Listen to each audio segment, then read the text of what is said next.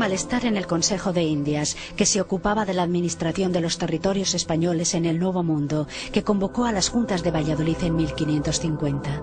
En dichas juntas se debatió el trato que se le daba a los indígenas y si podían ser calificados como seres humanos.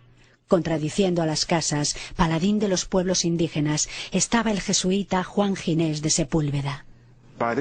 En aquel momento, los españoles llevaban en las Américas unos 50 años, y durante ese tiempo las brutalidades llevadas a cabo por los conquistadores habían alcanzado tales cotas que habían producido cierta inquietud. Y de ese contexto salió este particular debate. Por una parte estaba la idea de que los indios tenían alma, que podían ser cristianizados y que deberían ser tratados no como siervos, no como trabajadores forzados, sino como personas que estaban bajo el protectorado de los españoles. En el otro lado del debate estaba la idea de que tal vez no fuesen personas con alma, que tal vez esos individuos fuesen esclavos naturales y en ese contexto podían ser obligados a trabajar. Las Casas pretendía cambiar la política de la corona española hacia los indios. Así, paradójicamente, pudo conseguir que se prohibiese la esclavitud de los indios. Eso es algo que la corona española prohíbe y legaliza. Y en 1542 se modifican las leyes para garantizar que no siga habiendo esclavos indígenas. Pero Las Casas también sugiere que la disminución de mano de obra en América podría compensarse con esclavos negros de África. Es un momento clave en la medida que la reflexión sobre el sistema de clasificación de razas está presente en ese debate. El sistema que presenta la cuestión racial, que la presentará durante los 200 o 300 años siguientes, es ese sistema colonial que reúne a una variedad de pueblos y los define como indios. Les impone esa categoría y es en ese contexto donde se empiezan a ver dos cosas que están estrechamente vinculadas al desarrollo del racismo. Por una parte, las instituciones controlan a las poblaciones explotadas, a las poblaciones oprimidas, y en ese contexto tienen lugar los debates relativos a la clasificación de esas poblaciones. Después, estos debates empiezan con abogados, pasan a los antropólogos y a los biólogos, siempre debatiendo dentro de un contexto colonial que convierte a esos individuos en objetos de investigación.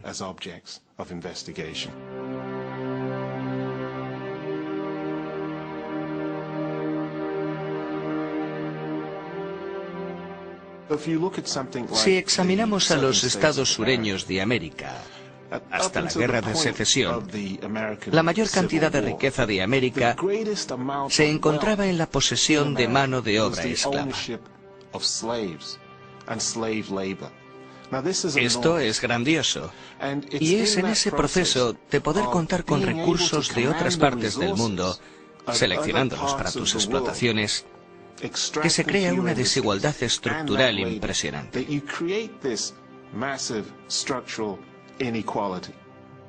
Los británicos ganaron mucho dinero en base al sistema esclavista. Liverpool, Bristol prosperaron hasta alcanzar niveles de bienestar material y urbano extraordinarios gracias al sistema esclavista. La Lloyds de Londres, el Banco de Inglaterra, el Bunnings Bank, el Barclays Bank, Lord Harwood de Harwood House, fortunas de todo el país están totalmente arraigadas en el sistema esclavista. Pero este sistema esclavista necesita una justificación por el elemento racista que tiene, pero la verdadera razón del sistema es el lucro. El blanqueo de dinero procedente del tráfico de esclavos invertido en iniciativas empresariales es para mí una parte muy importante del actual nivel de desarrollo de Gran Bretaña. Por ejemplo, siempre pienso en que Bristol, el desarrollo de Clifton y demás están totalmente vinculados a los beneficios procedentes del tráfico de esclavos durante el siglo XVIII y principios del XIX.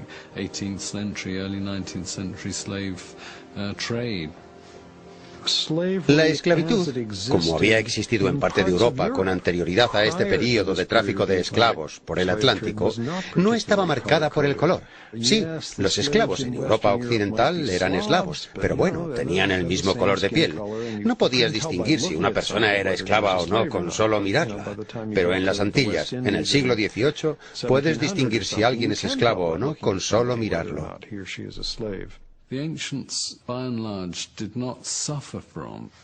Los antiguos, en general, no sufrieron de esa forma la identificación racial ni una esclavitud basada en la raza, pero tuvieron su propia versión.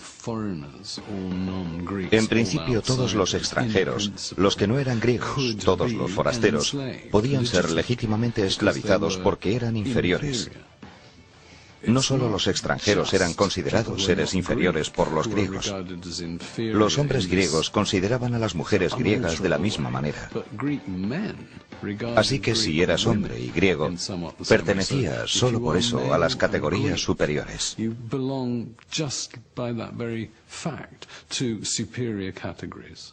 Para empezar, el sentimiento racial se puede manifestar con aversión, con hostilidad.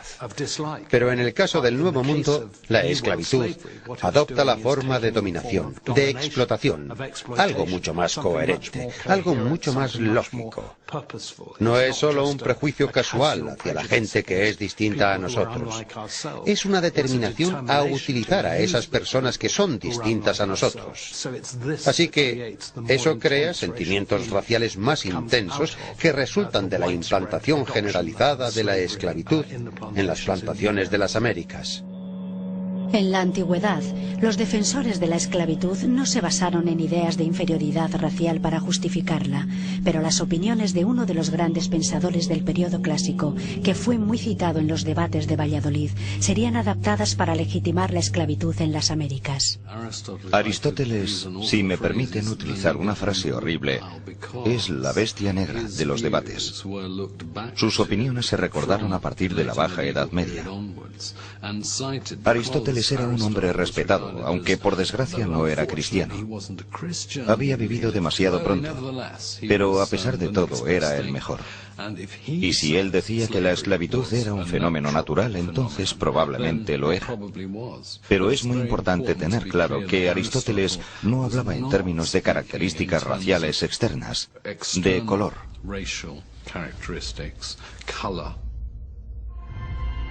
Génesis capítulo 9 versículo 25.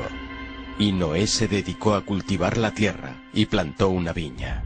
Una autoridad mucho más importante que Aristóteles fue invocada para justificar la esclavitud: Dios y la Biblia. Génesis capítulo 9, versículo 25.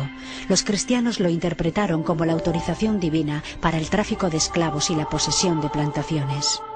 Es una historia muy extraña y desde nuestra perspectiva parece un tanto ridícula, pero se ha tomado muy en serio.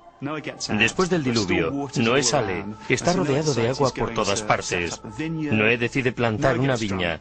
Noé se emborracha, tiene 3 hijos, Jafet, Sem y Cam. Cam entra en el aposento de Noé, mientras éste yace totalmente ebrio. Cam retira la sábana, baja la mirada hacia Noé y después llama a sus hermanos. Y Cam, padre de Canaán, vio la desnudez de su padre. Y les dice: mirad a nuestro padre, está completamente desnudo, intentando hacer reír a sus hermanos. Cuando Noé vuelve en sí de estupor, se pone furioso y maldice a todos los descendientes de Cam. Y dijo: maldito sea Canaán, será siervo de siervos para con sus hermanos. Dice que el hijo de Cam, llamado Canaán, será a partir de entonces maldito a perpetuidad, y que será esclavo de los otros 2 hermanos, Sem y Jafet. En un principio, la maldición de Cam no se aplicó a los negros expresamente. Un escritor medieval describió a los señores feudales diciendo que los campesinos eran los descendientes de Cam y que por eso tenían que servir. La palabra esclavo proviene del vocablo eslavo. Los eslavos habían sido capturados en las fronteras orientales de Europa, y no fue hasta el siglo XV, más o menos, cuando los portugueses, en el noroeste de África, empezaron a identificar expresamente a los africanos con la maldición. Pero se asentó la idea de que una parte de la raza humana había sido esclavizada por esa maldición.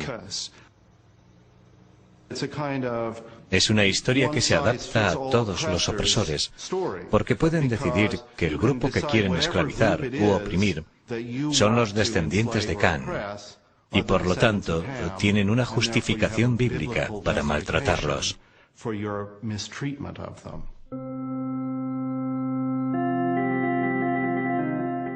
El cristianismo actúa de distintas formas en distintos momentos.